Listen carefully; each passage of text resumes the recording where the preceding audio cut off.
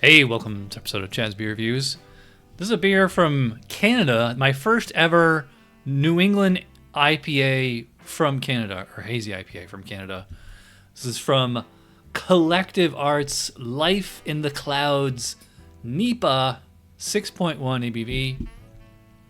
So, pretty cool can there. They have like a different, they have like, it's like a comic book where they have multiple variant covers for the same beer. This one has a astronaut overlooking mushroom fields. So they make a point of saying it's made with Simcoe and Mosaic, 6.1 ABV. Kind of old. This is from September of last year.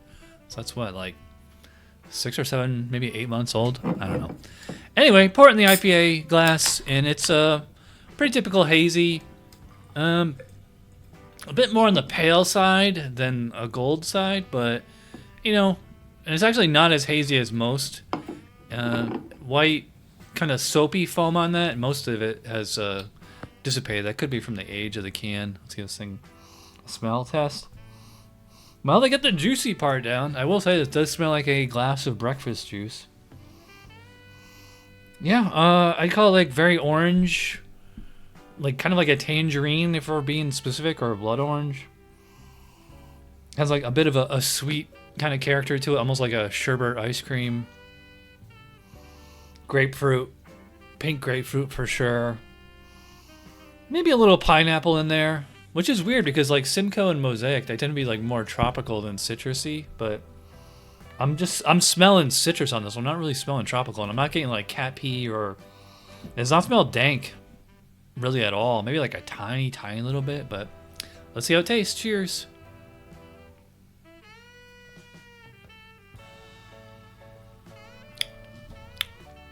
Okay. Alright, well, it didn't smell old, but I can taste, I can tell there's a little oxidation in here. Although I would say it's not super distracting from the palate, because to me, oxidation is always like lemon lollipop, and this already has like a citrusy, I mean, it's a, New England IPA style. And like I said, it's very citrusy smelling. It's also very citrusy tasting, so that lemon lollipop oxidation isn't like super distracting. I said it didn't smell dank, but it actually does taste pretty dank. I would call it like kind of like a very herbaceous little weed. Like almost like a oregano or spice rack seasoning kind of flavor, which is again weird because like hazies, they tend to be like juicy tasting up front, and then they finish with that dank, spicy, grassy sensation. And this one's kind of the opposite. It's spicy. And I don't know if I go as far as say grassy, but definitely like a spicy herbal thing up front. Yeah, and finishing with a citrus, maybe like a little tropical notes on here. Let's top this off. Oddly enough, the mouthfeel in here is like not super big. Although it is only 6.1 ABV, which is like session territory by today's IPA standards. I don't think there's lactose or oats in here. If there is, they didn't really make a point of saying it. And I checked Untapped and the brewer's website. They didn't. I don't remember seeing that on here. So the mouthfeel is, I definitely would call it smooth for sure. Yeah, it's just not like super, thick and certainly not velvety or anything like that. So I'd probably put it like a medium, maybe even medium light mouthfeel. Carbonation doesn't seem super high, maybe medium. I will say it is really smooth. It's actually kind of refreshing while it's in the mouth there for a second. Actually, I get like a tiny little bit, oddly enough, I get a tiny little bit of alcohol warmth on this. It's only 6.1, which is, like I said, that's not super big anymore. I still pick up on the oxidation note, which to me, it's not, like I said, it's kind of, maybe not compliments, but it just isn't distracting from the base palate.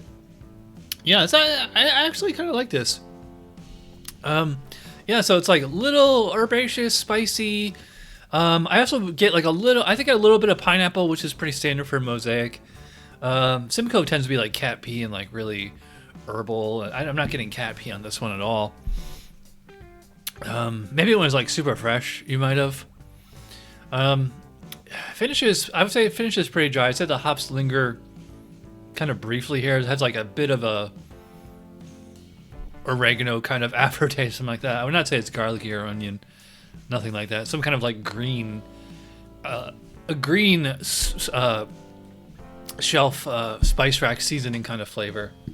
By the way, I guess we were on Beer Drop, but I just found out that I'm not in the Beer Drop influencer or affiliate program anymore. So, I mean, you can use my code if you want, but it doesn't really get me anything anymore. So let's wrap this up. Score for the Life in the Clouds NEIPA. Again, really cool label. And also, like, this can is old, so I'm actually kind of annoyed at Beer Drop for that. I mean, they sent me fairly old beer. I definitely get much fresher beer on Tavor than I do with Beer Drop. This is okay. This is good. You know, it does seem like a little, like almost like a homebrew hazy or something like that. So my score, I'm thinking like 6.5, maybe 7. As always, follow me on Untapped, follow me on Instagram because I do tweak the review sometimes. But sometimes whatever I just said is what I go with. But you see the final review there, either of those places. So if you watch all the way in, you're awesome. Thanks for watching. I'll see you for the podcast or Tuesday Night Beer School or Whiskey Wednesday or something like that. I don't know.